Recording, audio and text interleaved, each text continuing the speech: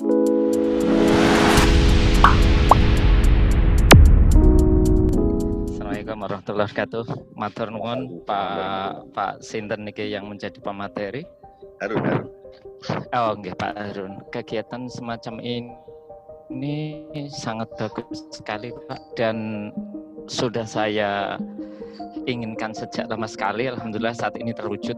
Yang ingin saya tanyakan langsung saja Pak, pertama untuk membuat semacam berita, baik itu hot news atau apapun, itu berapa jumlah kata gitu Pak? Itu pertanyaan yang pertama. Kedua, bagaimana kode etik bagi wartawan di dalam dia itu meliput berita? Mengingat di luaran sana banyak media yang dia itu pesanan Pak, tanda kutip pesanan. Oke, terima kasih Pak. Itu aja dulu. Iya Pak Abdul Mufid. Terima kasih pertanyaannya. Jadi gini, langsung teknis saja biar ke gambar. Itu nanti untuk awalan yang pengen nulis, pengen berkarya, yang peserta itu nanti bikin kontennya itu nanti untuk awalan biar memudahkan juga, itu nanti bikin aja sekitar 7 sampai 10 paragraf. 7 sampai 10 paragraf dulu. Jangan pendek-pendek, jangan panjang-panjang. 7 sampai 10 paragraf. Satu paragraf itu 2 kalimat atau maksimal 3 kalimat. Ngoten kan? Jadi langsung teknis di kisaran. Sampai 10 paragraf. Nah, terus soal kode etik. Nah, ini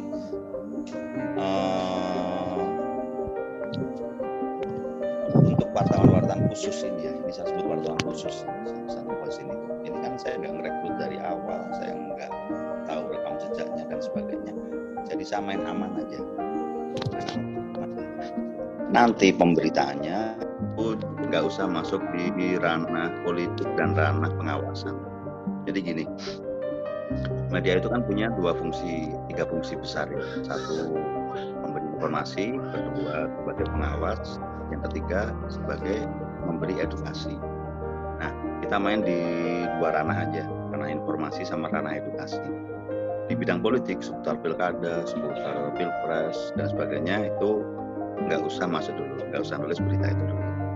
Terus dari sisi pengawasan itu jangan dulu, karena ada SOP yang harus dijalani. Misalkan gini, di lini pengawasan itu ada polisi ngebuki warga, atau ada indikasi korupsi di kantor kabupaten, kantor kecamatan, atau ada indikasi pelanggaran aparat atau apa, itu kita jangan main di ranah itu. Kita main yang aman-aman aja. Main di seputar misalkan info kuliner di Blora, info tempat nongkrong di Blora, cerita pengusaha UKM sukses di Blora, cerita inovasi di STAI Kosin, info-info program pembukaan pendaftaran baru di Kosin misalkan, atau isi pengajian dari Mbak Yai di Kosin. Nah, gitu-gitu aja. Main di ranah itu. Saya main aman aja. Karena prosesnya memang nggak normal, prosesnya khususiyah. Itu saya pilih di ranah aman. Ranah info-info soft aja. Kita mainan di info-info yang soft. Nggak yang galak-galak, nggak yang kelas-kelas. Nanti kalau udah mau menjalani peran lengkap sebagai wartawan, jadi pengen juga main di lini pengawasan, dan juga main di lini pemantauan, nanti aja lah kalau udah lulus dari Kosin, di wartawan di Kompas, di Liputan 6 atau di Suara Merdeka, nah baru boleh mainan yang hard, isu-isu hard itu. Kalau sekarang mainan soft aja deh. Namanya juga belajaran ya, sambil belajaran ya jangan langsung yang berat-berat. Tapi teknisnya gitu. Tapi saya jadi ingat ada yang kelewat. Di luar teknis tadi itu, bikin 7 sampai 10 paragraf, itu ada satu hal juga yang perlu diperhatikan, soal kelayakan berita. Itu ya minimal informasi yang ditulis ya layak untuk dijadikan informasi bagi publik. Misalkan gini, ya jangan nulis informasi kegiatan saya selama akhir pekan ini, atau informasi Khozin, ada program Khozin kerja bakti bersih-bersih lingkungan di sekitar sekolah-sekolah Khozin. Ya apa ya, enggak ono itu nih, enggak ada nilai berita. Jadi saya titip news value. News value itu ada banyak parameter ya. Ada aktual, ada proximity, kedekatan, ada magnitude, ada apa dan sebagainya. Tapi saya ringkas saja jadi mudah. Kita main di kuadran penting dan menarik. Yang kita tulis itu pilihannya hanya ini. Kita main di kuadran penting dan menarik itu gini. Yang layak atau punya news value itu kita tulis informasi yang penting dan menarik sekaligus. Kalau enggak, penting walaupun enggak menarik. Nah, kalau enggak opsi lain, menarik walaupun enggak penting. Kalau udah enggak penting, enggak menarik, itu lupakan aja, jangan ditulis. Gimana ngukur penting dan enggak menariknya itu? Sebelum ditulis, kita ubah mindset, jadi membaca dulu. Kira-kira info kayak gini, itu kalau dibaca orang itu manfaat atau enggak? Nah, ini masuk yang kategori penting tadi. Atau info ini menarik atau enggak? Nah, ini masuk yang parameter menarik tadi. Jadi pilihannya hanya itu. Pilihannya bermain di penting dan atau menarik. Terus nggak penting nggak menarik, masih makan aja yang ditulis. Ngabisin tenaga itu. Jadi itu ya. Dari sisi kelayakan beritanya itu kita mainan di kuadran penting dan atau menarik. Di sisi teknis, untuk awalan ini bikin aja di range 7 sampai ya 12 paragraf boleh. Itu dulu, jangan 12, jangan panjang. 7 paragraf aja cukup. Syukur-syukur 10. Kalau bisa ya 12 atau 15 lah masih penting. Itu ya, Pak Mufid ya. Oke, terima kasih Pak. Oh ya, satu paragraf itu 2 sampai 3 kalimat. 2 kalimat lah bagus.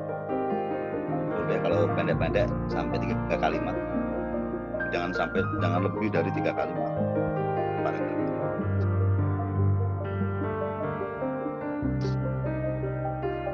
Nonton lainnya lagi. Baik, terima kasih untuk peserta selanjutnya. Saya Mbak, bisa terima Mbak? Oke Pak, monggo Bapak. Ya, terima kasih atas waktunya. Assalamualaikum warahmatullahi wabarakatuh. Waalaikumsalam warahmatullahi wabarakatuh. Ada beberapa pertanyaan yang ingin kami ajukan. Yang pertama, untuk menjadi wartawan, alat utama yang kita miliki apa? Nah, memang nanti dari kawan-kawan mahasiswa itu, kalau memang itu nanti bisa kita upayakan untuk segera kita berikan, insya Allah kita berikan. Yang pertama. Yang kedua, ketika kita ingin menjadi penulis dalam liputan 6, entah nanti dalam ranah tulisan lepas atau masuk dalam tulisan kolom, kira-kira item awal terujen yang harus kita siapkan itu apa? Nah, kita kadang kalau memang masuk dalam ranah penulis baru itu kan kita agak bingung gitu. Ya mungkin itu aja Pak Harun. Terima kasih atas jawabannya. Yang pertama itu Gus, syarat dari wartawan nanti kalau ada peserta santri apa yang pengen mendadak jadi wartawan itu, alat utama yang diperlukan adalah ada 2. Yang satu mau mencoba berpikir mau Gus, mau sedikit memaksa otak untuk berpikir. Terus yang kedua sedikit memaksa otak untuk jeli melihat kanan kiri, jeli mendengar kula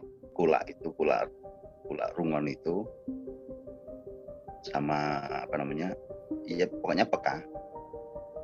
Terus yang ketiga itu mau menuliskan, mau mengabarkan itu, itikat untuk mau mengabarkan itu ke orang lain.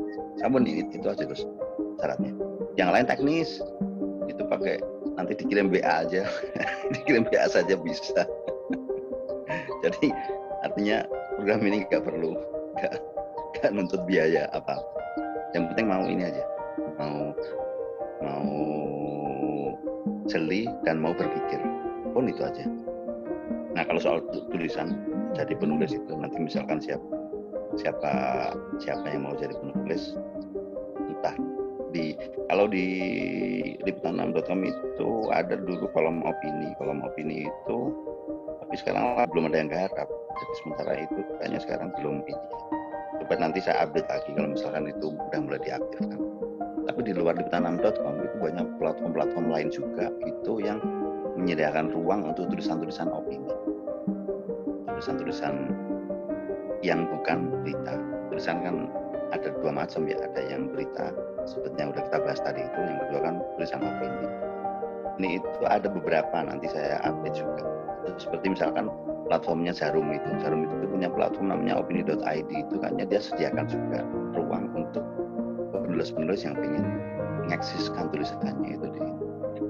Kalau sebenarnya sekarang itu kita kan punya media sendiri ya, sih.